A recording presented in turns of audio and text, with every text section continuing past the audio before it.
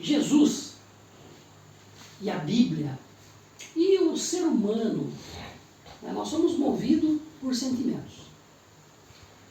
E um dos maiores sentimentos, que é o que nos anima, que nos dá ânimo, que nos leva, que nos faz evoluir, é o amor. Tanto que, quando Jesus, testado por um doutor da lei, perguntado por esse doutor da lei, mestre, o que devo fazer para alcançar o reino dos céus? Jesus olha e fala assim, o que está escrito nas Escrituras?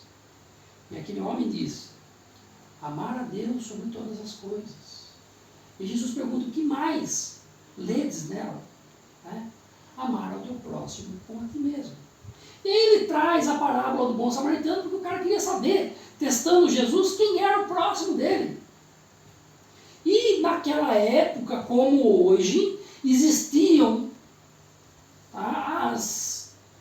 o religare, a religião, os segmentos, as doutrinas que deveriam aproximar as pessoas, que naquela época já separavam as pessoas, que hoje não é diferente.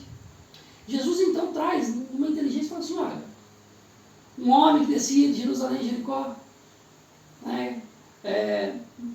durante a estrada lá, caiu na mão de salteadores, que o despojaram, deixaram nu e semi-morto, e foram. E passou um sacerdote, passou um levita, mas um samaritano, que o samaritano naquela época era o cara que não tinha religião, o cara que não seguia uma crença. O que eu quero dizer para vocês? Veja, Jesus traz o amor como uma coisa que iria salvar. E nessa parábola ele traz a plenitude do amor. Porque conta a parábola que o cara colocou na montaria, jogou azeite e vinho nas suas feridas, enfaixou as feridas, colocou na montaria, levou até uma hospedaria, cuidou dele a noite inteira.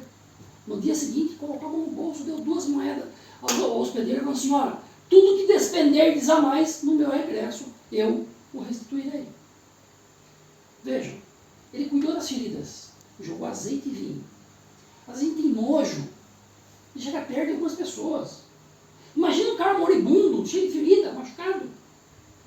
E aquele cara não foi lá, o samaritano foi lá e limpou a ferida, colocou azeite e vinho, enfaixou. Às vezes a gente tem preguiça de sair daqui e andar 500 metros para ajudar uma pessoa. A gente fica esperando que tudo caia nas mãos da gente, no colo. E ele não, ele foi a pé, porque se ele colocou na montaria, certamente ele foi puxando o jumento, o camelo, o cavalo, não sei. Chegando na hospedaria, o cara passou a noite inteira acordado, cuidando da pessoa. Tirou a sua noite de sono. E no dia seguinte, tirou 2 moedas e deu ao hospedeiro. Eu vejo essa parábola como a plenitude do verdadeiro amor, da compaixão. Porque aquela pessoa, ela exerceu ali o verdadeiro amor. O amor pleno. Não é dinheiro, cuidado, ferida, tudo isso. Às vezes, nós nos enraivecemos, sentimos e trazemos dentro da gente um sentimento de raiva, de ódio, que é contrário ao amor. E às vezes esse sentimento de raiva, esse sentimento de ódio, ele é motivado, ele age dentro da gente por um sentimento que às vezes a gente nem conhece, que nem tem destino, que a gente nem sabe por que está ali. Às vezes a gente se revolta com o vizinho, com o outro, com as pessoas mais próximas. E então a gente encontra o que? As fugas. Porque é muito mais fácil eu me esconder do que eu enfrentar. Porque às vezes a gente se esconde. E se esconder, gente, não é que é uma questão de fraqueza. Mas em alguns momentos, se esconder fica mais prático e mais fácil do que enfrentar. Renato trouxe hoje aqui, olha, eu tinha dificuldade e tal, então eu coloquei um sentimento dentro de mim que tinha meu filho, eu tinha que ser por ele. Então vejam, essa fraqueza dentro da gente, que a gente às vezes permite que a gente se esconda atrás de um copo, ou atrás de um... Porque isso aqui sim Porque, olha, essa forma de se esconder, ela pode ser a mais prática, a mais rápida, e assim, pode resolver ali, momentaneamente. Mas olha, senhores melhores do que eu sabem disso. Que basta, ó, um golinho, e é escravidão, algema pro resto da vida. Você fica preso a uma situação, preso a uma coisa, e toda vez que você tem um enfrentamento, passa por um momento de raiva, um momento de angústia, você busca o quê? O que é mais fácil. Nem sempre o mais fácil é aquilo que vai nos trazer algo que realmente interessa. Algo que realmente nos traga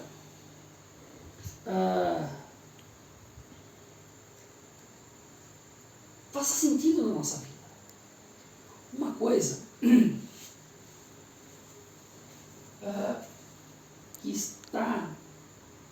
que eu vou trazer no tema, que é a questão da codependência, essa fuga, essa forma de vazar os nossos sentimentos, de se esconder.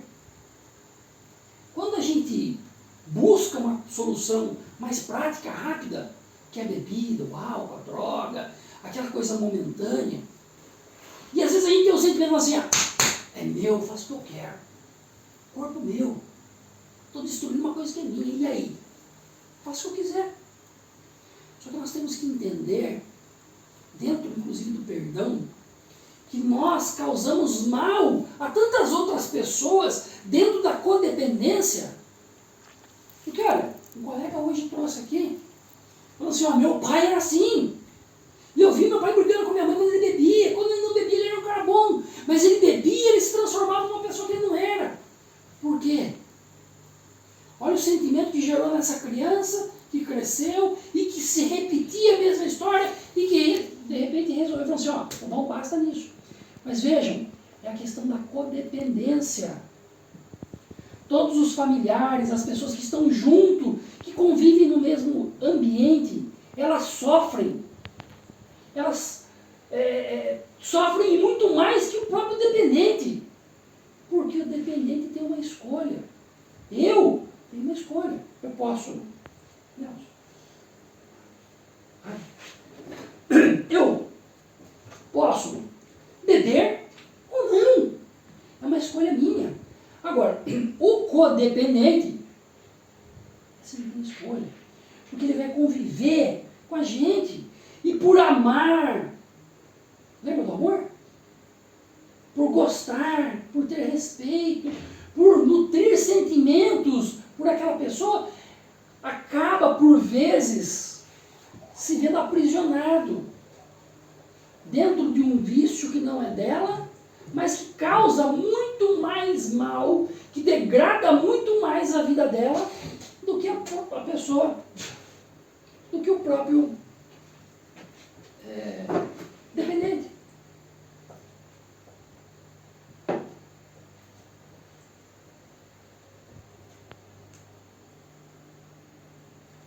E dentro dessa jornada, nós encontramos duas outras palavras aqui, que é a solidão e a exclusão.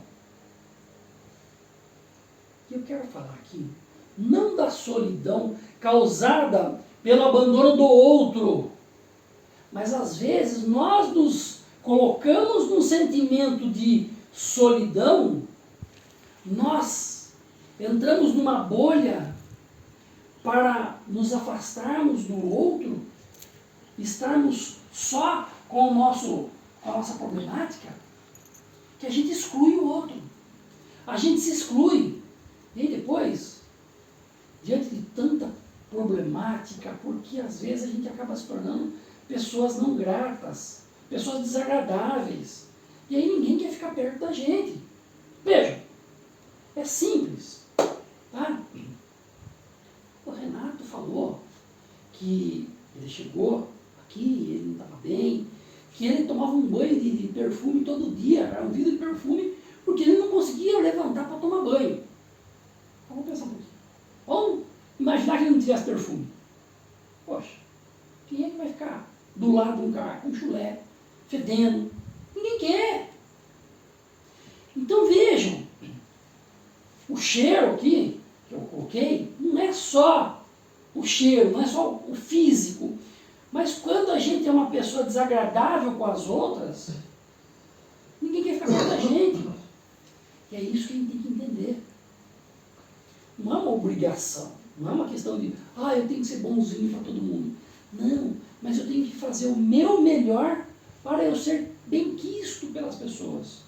Porque senão essa exclusão, esse abandono, essa solidão, ela vai acontecer. As pessoas vão se afastando porque nós causamos sentimentos que nos excluem da vida das outras pessoas. O padre Fábio de Mello, uma vez, ele falou uma coisa que eu fiquei encantado. Quando ele falava da utilidade. E falando da utilidade, ele falou o seguinte, olha, a utilidade é saber que na velhice vai ter alguém cuidando de você. Então eu quero ser útil para as pessoas hoje, para que no final da minha vida, quando eu estiver velhinho de cadeira de rodas, e eu já não for mais útil para ninguém, porque uma coisa é quando a pessoa depende do você. Né? Por exemplo, você tem um emprego que você não gosta, você depende do quê? De um contra-cheque no final do mês.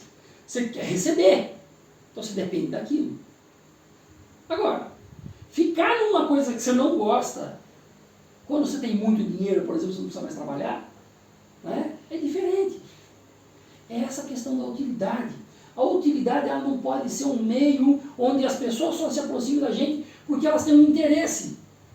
Quando a gente é útil para a pessoa, quando a gente traz um sentimento verdadeiro de amor, de carinho pelas pessoas, esse amor retribui e nos traz, mesmo dentro da desutilidade, quando você já não é mais útil para as pessoas, que as pessoas continuem cuidando de você.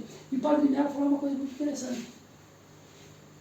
Porque eu me preocupo e eu quero que quando eu não conseguir mais andar, quando estiver velhinho de cadeira de rodas, que tenha uma pessoa que me coloque no sol. Então, coloca o Padre Mello no sol. Tira o Padre Mello do sol. Coloca o Padre Mello no sol. Ele fala isso. E aí ele fala uma coisa. E espero realmente, não só que me coloquem no sol, mas que não me esqueçam do sol. Que me tirem do sol para não ser queimado. Essa é a verdadeira questão do amor, do carinho, da utilidade, que está avesso à exclusão, à solidão. A maior e a pior solidão que o ser humano pode enfrentar é a solidão dentro da multidão, onde você está rodeado de pessoas, mas você se sente só. Você se sente abandonado. Quando a gente fala de abandonado e só, a gente não pode esquecer de uma coisa. Eu já falei aqui, e assim, não tem como pincelar, senão é mal interpretado o que eu vou falar, mas Deus, Ele não está no controle das nossas vidas. Quero resumir. Ele tem o poder de estar no controle sobre tudo. Não cai uma folha do céu se Deus não quiser.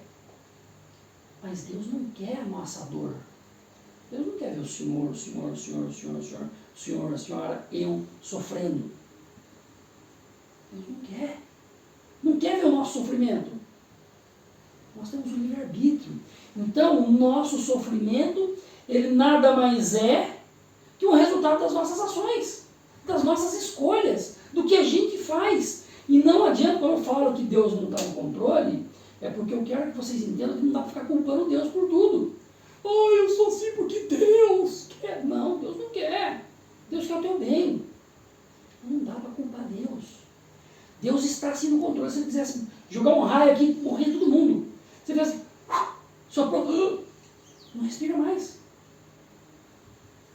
Mas Deus não faz isso. Mas Deus é o único que vai estar do nosso lado quando nós precisarmos de arrimo. Quando precisarmos de uma força, quando precisarmos de um verdadeiro amigo, Deus estará lá, sempre. Assim como Deus, nós, aqui, nos colocamos à disposição para estar juntos. Mas não adianta eu querer invadir o seu livre-arbítrio. E aí entra naquela coisa de esses 3 dias é seu. Por quê? 3 dias é seu. Esse conflito, esse tumulto, essa dor, não dá para mim passar a tua dor. Eu tenho a minha. Talvez eu não suporte a dor que você está sentindo agora. Talvez eu não suporte. Não consiga. Não seja grande o suficiente para aguentar o que você está aguentando. Mas, talvez, você também não consiga suportar a dor que eu tenho. Ver as pessoas em pé, ver as pessoas bem, não significa que elas não têm dificuldade, que elas não passam por problemas. Pode ter um ponto de vista diferente. A única diferença entre os meus problemas e os problemas de vocês, sabe qual é? A forma como eu encaro a coisa. Não dá para ficar que nem naquele desenho da hiena, que a hieninha ela saía de casa, ela abria a porta, o sol estava um sol lindo, ela abria a porta, vinha uma nuvem na cabeça dela. Ela assim, ó dia, ó sol, ó céu, ó azar. É assim, né, seu Carlos? Meu Deus, é o mundo cruel. É isso, mundo cruel. Não, eu sou cruel. Nós temos escolhas. Livre-arbítrio. Nós temos que buscar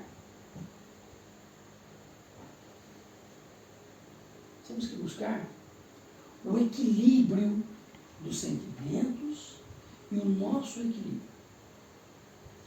Tudo que a gente faz, qualquer coisa em excesso, não faz bem, não é legal. Os meus 3 dias não podem durar a vida inteira. Eu não posso justificar e falar assim, porque eu preciso sofrer para crescer. Não precisa, ninguém precisa sofrer para crescer. A gente sofre. É a parte mais dolorosa, mais dolorida. A pior coisa que tem é quando a gente sofre. Porque não adianta eu falar para você, isso é uma tomada, isso dá choque. Todo mundo sabe que isso é uma tomada. Todo mundo sabe que dá choque. Eu preciso colocar a mão lá para tomar um choque, para saber que dá choque? Não preciso. E se eu colocar a mão lá e tomar um choque, vai ser uma vez só. Eu preciso tomar um choque novo. De entender, dá choque. Machuca. Então nós temos que entender que se dói, se machuca, se não me faz bem, eu tenho que caminhar. Eu tenho que ter atitudes, eu tenho que escolher.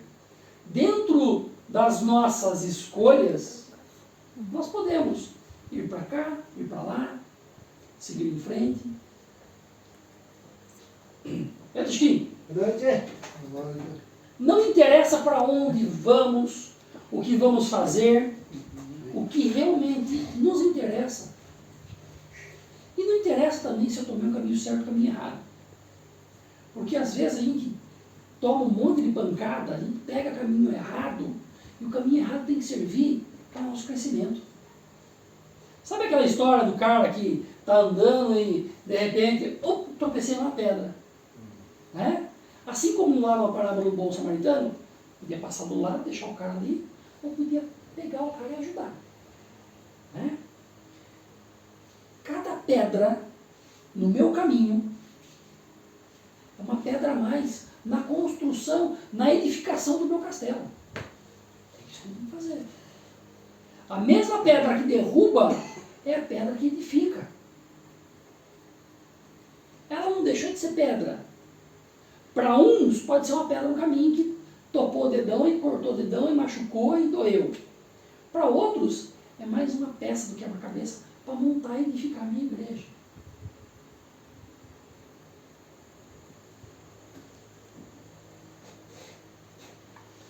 E como a gente falou em pedra, eu vou trazer uma parábola que não estava aqui, mas eu vou trazer duas. Na verdade tem duas de pedra. Eu vou trazer uma aqui.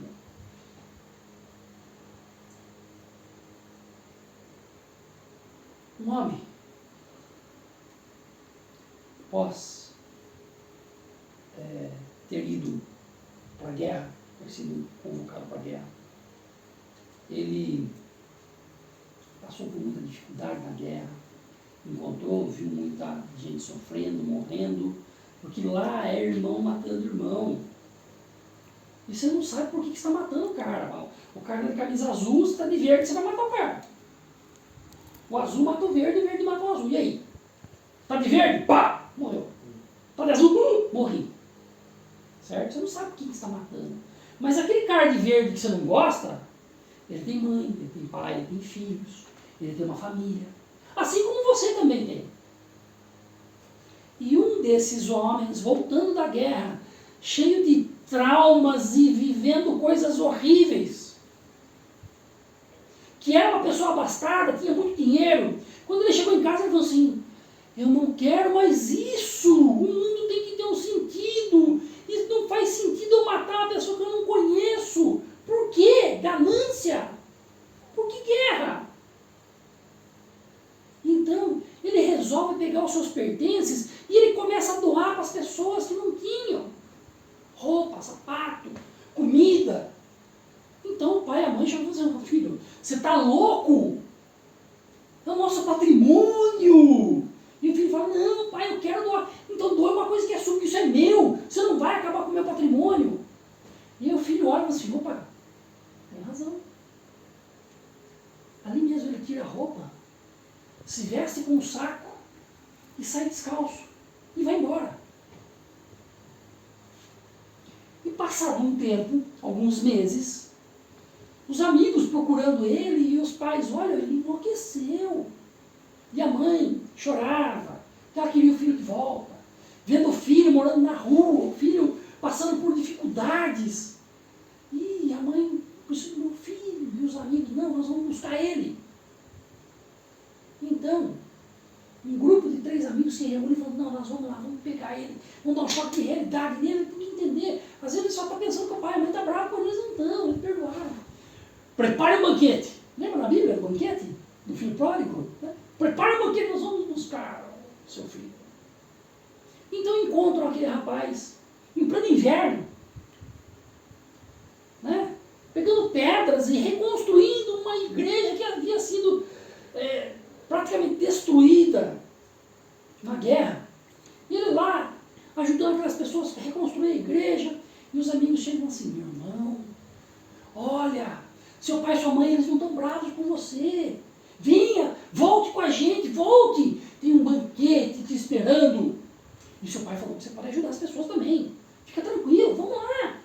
Você não precisa ficar aqui. Não precisa sofrer. Então, ele olha, ele fala assim, mas não é nada disso. E eles, não, vamos, irmão, vamos. Vai ser tudo diferente. Você vai poder ajudar as pessoas. Mas você tem patrimônio, você é rico. Vamos voltar com a gente. Tem um banquete te esperando.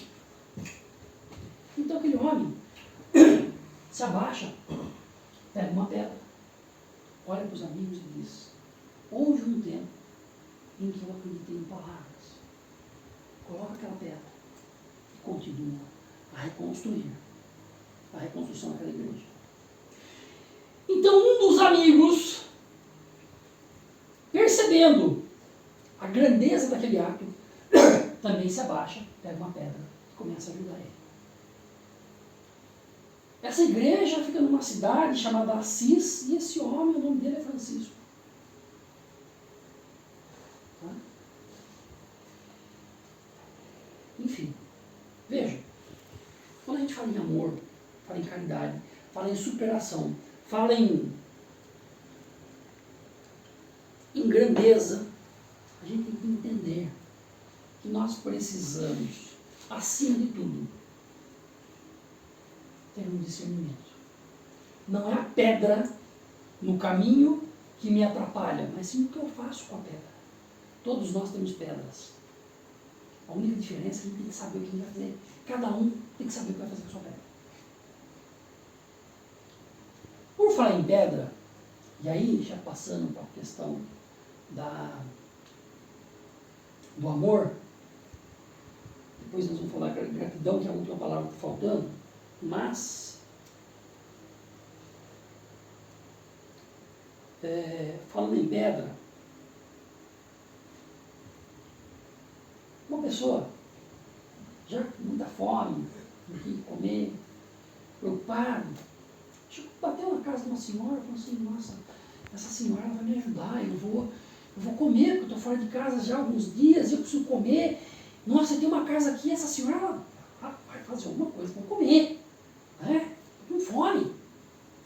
E aí ele bate lá, moça, estou com fome, a senhora não tem um pãozinho aí? Eu falo, não tenho, moço. Nossa, mamãe, estou com muita fome, há 3 dias que eu não como. A senhora não tem um arrozinho, a senhora fazer uma comida? Não tem nada em casa, moço, não tem nada. Não tem. Eu, nossa, moço, mas não tem nada, não tem nada, não tem que dar para o senhor, não tem nada. Ele olha assim, pega uma pedra, fala assim, nossa, eu tenho uma pedra aqui, se a senhora tivesse um pouco de água e um fogão para eu usar, dá para a gente fazer uma sobrepedra.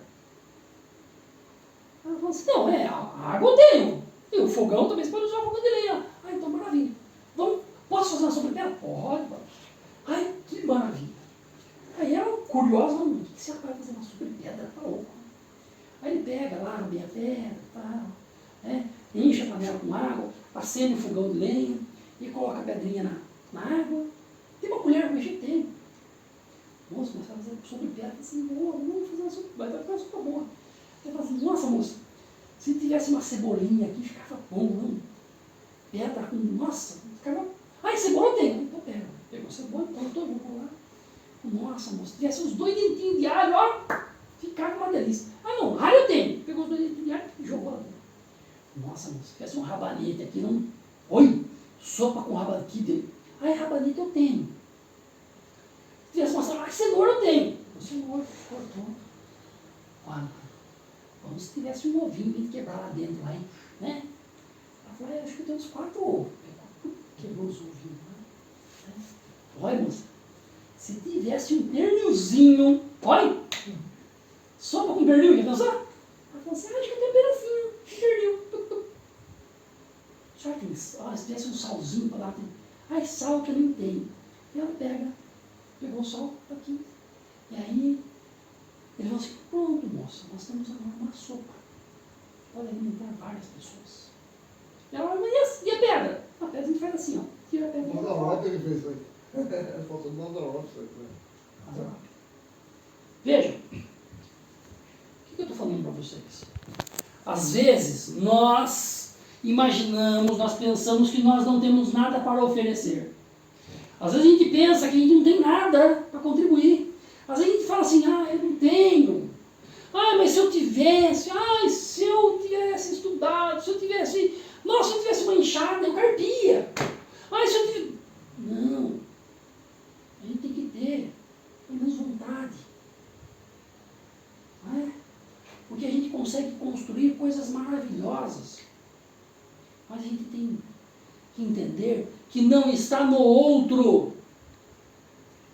Tudo que a gente procura não está no outro. A nossa vida é como se fosse um espelho. E quando a gente olha para o espelho, o que a gente vê? O reflexo do que nós somos, da nossa imagem. E com a nossa vida é assim. A nossa vida é reflexo daquilo que nós plantamos, do que nós fazemos. Às vezes nós falamos, olha, eu não tenho, eu não sou, eu não faço. Se eu tiver, não tenho nada. Como não tem nada? Nós temos tudo. Nós temos tudo. Um dia você tira o Gugu, há muito tempo atrás. Eu me lembro que tinha uma moça aqui de Piracicaba, que eu tive o prazer de ver ela algumas vezes, inclusive dirigindo. Assim, ela não tem isso daqui. Japonesinha, não é? E ela passa. Carol. É a Carol. E ela passava no Gugu. Conhecia porque tinha. Ela passava no Gugu lavando louça com o pé. Sabe? Fazendo tudo com o pé. Eu olhava assim, caramba, não lavo louça nem com as duas mãos. O que está errado? Eu tenho 2 braços, por que eu não posso lavar a louça? A menina sem braço, sem nenhum braço, lavando a louça. Mas tem gente pensando, como que ela vai no banheiro? Não está vendo as coisas que ela está fazendo, gente? Né?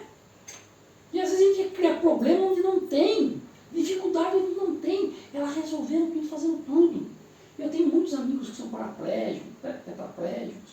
E um dia eu estava conversando com um desses amigos, cadeirante, e ele falou assim, nossa, estava num bar, chegou a Carol, e aí eu falei, nossa, preciso ir embora, estava bêbado já, falou assim, aí, você está todo o quê? Eu falei, tô a pé, pô, né, não tinha Uber, né? Ela falou assim, onde é que deu uma carona pra você? Eu estou de carro, tô. E ele falou assim, eu estava tão bêbado, eu me toquei. Ele falou, a hora que eu entrei no carro, eu olhei atirando uma meia, e eu falei, Senhor, o que vai acontecer aqui? Né? E o carro dela, o cara dirigia tudo no pé. Eu vejo, às vezes a gente reclama, que a gente não tem, que a gente não pode, que a gente não... eu queria ajudar, mas eu não posso. Eu queria me ajudar, mas eu não consigo. Por que você não consegue, irmão? Pô, todo mundo consegue. Se ela pode, eu também posso. E eu tenho 2 braços. E 2 mãos. Tá certo que eu tô meio velhinho. Funciona ainda. Né?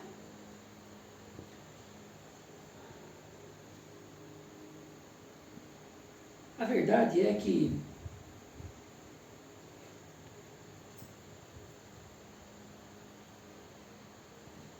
nós, seres humanos, a gente tende a culpar o outro pelas coisas que acontecem com a gente. Mas eu só culpo o outro pelas coisas que acontecem comigo quando está errado. Quando dá certo, fui eu. Quando não deu certo o negócio, deu errado, mas sabe por quê? Porque o meu tem tudo lá e quando não tem ninguém mais para culpar, eu vou o diabo. E culpa os outros. Uma coisa que fui eu que fiz. Não é? Então, nós temos o livre-arbítrio para fazer o que a gente quer. O grande problema é que nós temos dentro de nós, habita dentro de todo ser humano, 2 lobos.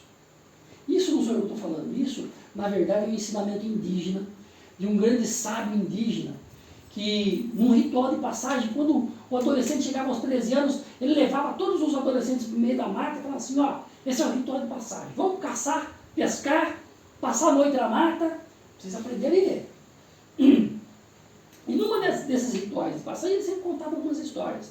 E num desses rituais de passagem, depois de caçar o dia inteiro, nadar o dia inteiro, sempre ficar por formiga, um monte de coisa, ficar sem comer, enfim, toda aquela dificuldade longe da aldeia, na madrugada, eles se reuniam, fizeram uma fogueira, e todos ali em volta, aquele pajé, começou a explicar, contar histórias, e ele falou, olha, dentro de cada ser humano existem 2 lobos.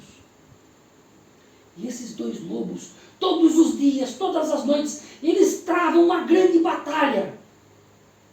E eles brigam, e um tenta arrancar o pescoço do outro, brigando, porque o lobo branco quer ganhar do lobo preto, e os 2 ficam brigando, e vice-versa. E assim vai ser toda a nossa vida. Nós vamos ter sempre esses 2 lobos brigando, um tentando ganhar do outro.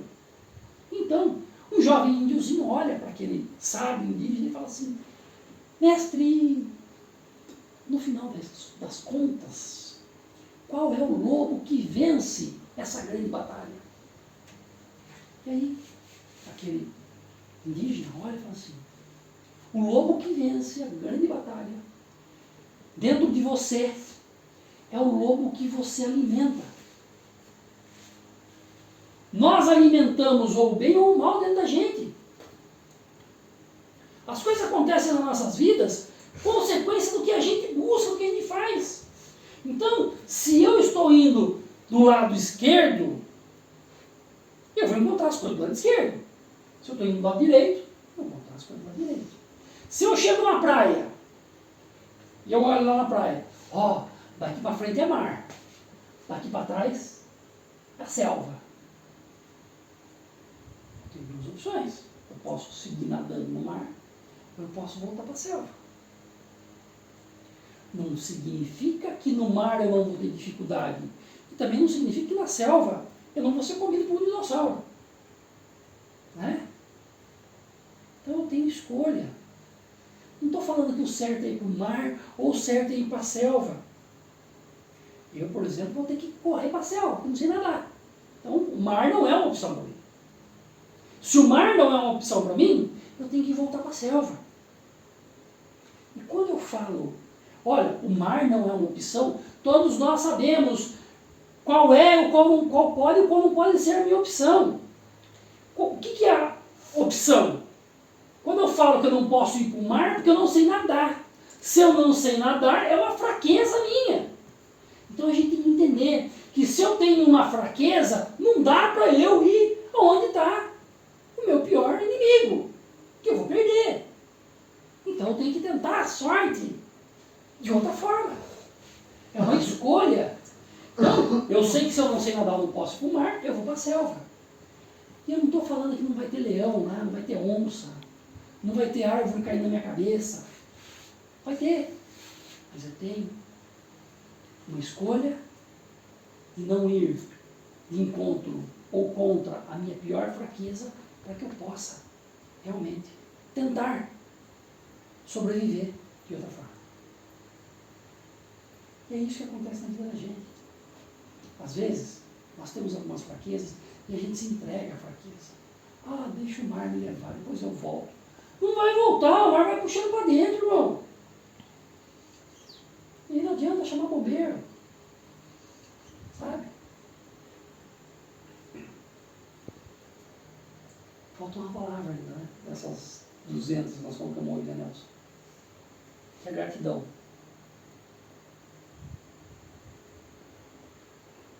Fui na missa ontem, 7º dia da família, e assim, na missa tem uma hora que fala assim: graças e louvores se dê aqui no momento ao Santíssimo e Santíssimo Sacramento. Né? Ou seja,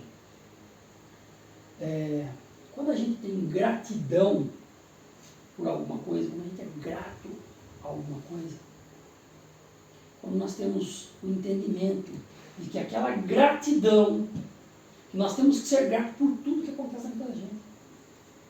Eu acho que a essência de tudo é a gratidão. Nós temos que ser gratos. Não importa a dificuldade que eu estou passando, não importa se está pesado. Meu jugo é pesado, meu fardo é pesado. Mas e aí? Tem que ser grato, porque é aquilo que me fortalece, é aquilo que me traz, que me aproxima do meu melhor. E por isso, nós temos que ser gratos por tudo, sempre. Eu vou contar uma história para vocês que eu não contei ainda, Renata, essa você não sabe. Não sei não. Essa eu não sabe, a pessoa não contei para ninguém. Eu fiz um trabalho de rua há muito tempo. Hoje eu tenho outros amigos me ajudando com esse trabalho de rua. E eu todo sábado, eu abri a mão do meu sábado, sair para baile, para festa. E o que eu fazia? Fazia marmita na minha casa e entregava para o morador de rua. Para 20 marmitas. E numa dessas jornadas minhas, numa determinada região da cidade, eu encontrei uma pessoa, eu não falo não, mas eu encontrei uma pessoa.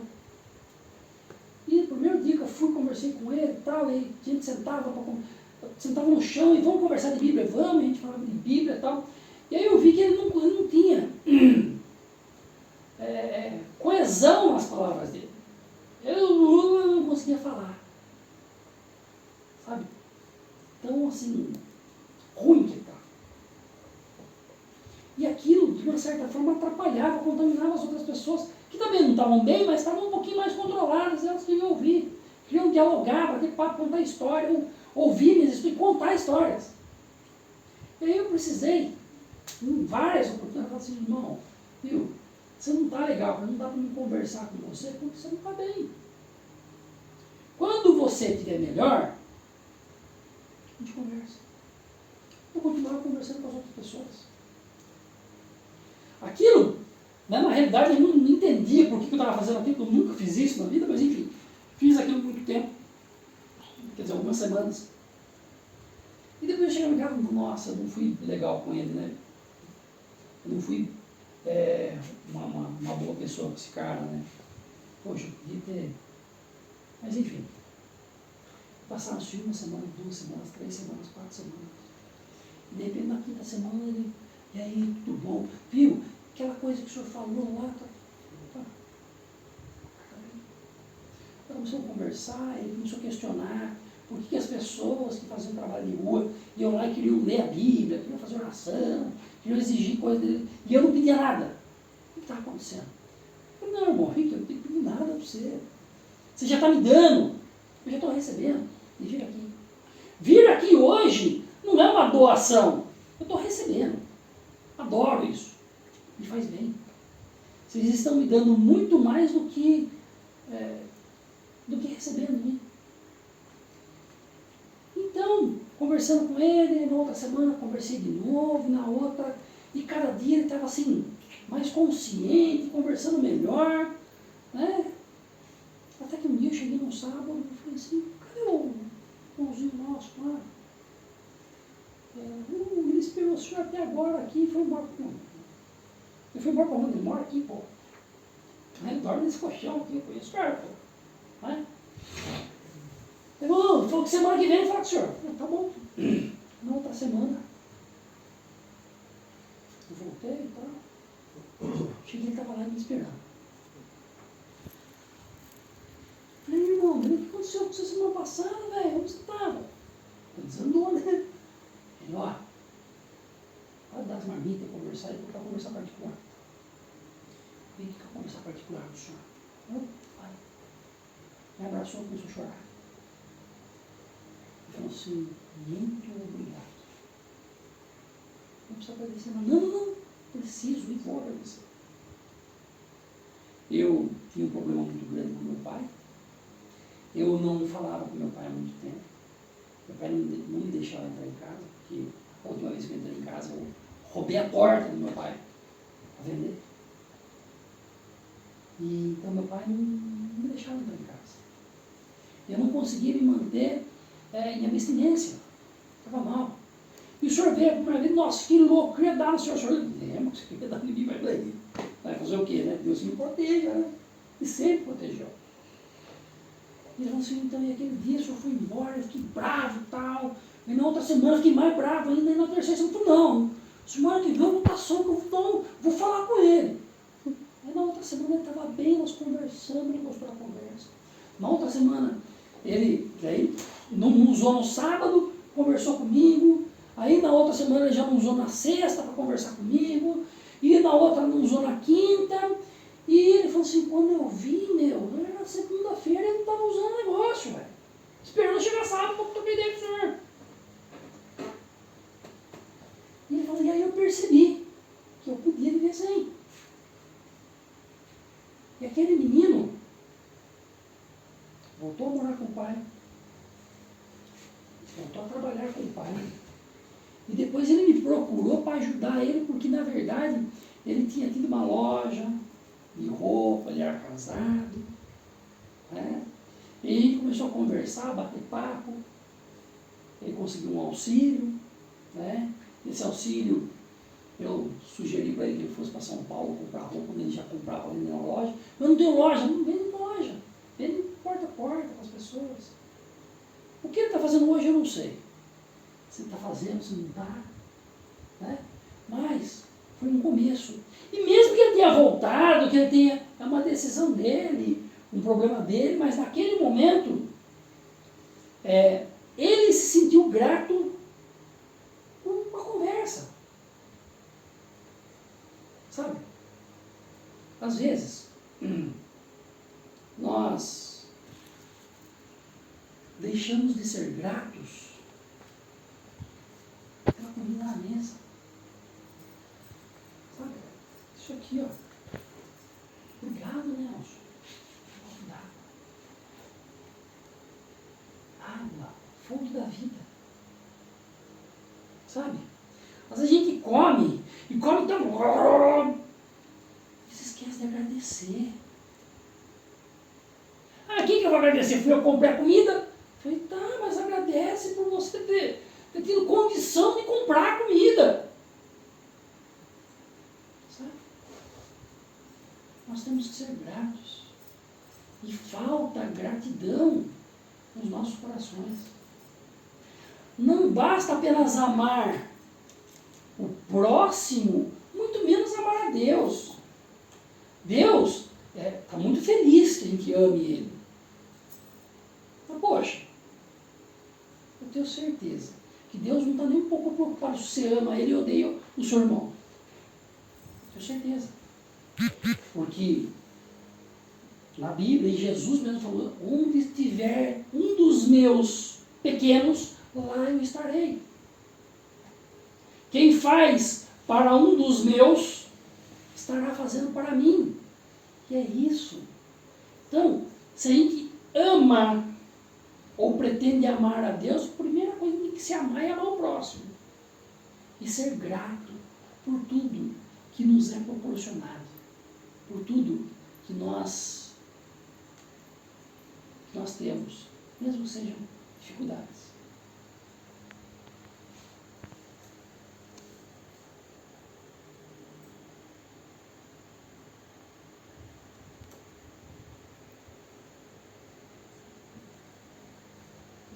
Não sei se eu falei, não, mas enfim. Respeito. O respeito é uma questão mais pessoal. Respeito é uma questão mais pessoal do que coletiva. Às vezes a gente fala assim, eu estou jogando esse lixo no chão porque todo mundo joga. Isso é pessoal. Não me interessa a coletividade, se todo mundo joga no chão ou não. Respeito é individual. Quando eu respeito os meus limites, quando eu respeito o próximo, quando eu me respeito, quando eu respeito a natureza, quando eu respeito tudo, quando eu respeito o meu corpo. Eu não preciso e não me interessa saber se o outro acha normal fazer o que ele está fazendo. Eu não estou nem aí com o outro. Eu tenho que me respeitar, eu tenho que respeitar o outro. E o respeito parte de mim, ele não parte da coletividade. O que o mundano aí está fazendo, ou deixando de fazer, é problema deles. Para onde eles vão, o que eles fazem, o que eles comem, não interessa. Respeito parte de mim, eu tenho que respeitar. E tem que respeitar o outro, mesmo que ele jogue o negócio no chão. Porque se ele é ignorante, eu não preciso ser. Posso sim. Irmão, jogou o negócio no chão. Cara, todo mundo faz, mas você não é todo mundo, cara. Você não precisa fazer isso. Isso é respeito. Você respeita a individualidade da pessoa, mas você não precisa agir como uma pessoa. Se a pessoa está te gritando contigo, você não precisa gritar com ela. Quando você respeita, quando você entende, você é grato, você ama, você consegue enxergar, consegue ter uma direção, um caminho. Hoje, aqui, esse é um caminho. Esse é um momento, que para muitos é difícil, para todos sendo difícil, não é? Então esses 3 dias, que é só seu, não torna esses 3 dias uma eternidade. Ou um ciclo. Hoje é 3 dias, melhorei, eu vou embora, depois eu volto, é só mais 3 dias. Não é. Para com isso. Não é só 3 dias. Então respeite os 3 dias de sofrimento seu, mas sim, valorize esses 3 dias. Entenda que você não precisa viver eternamente vivendo os 3 dias.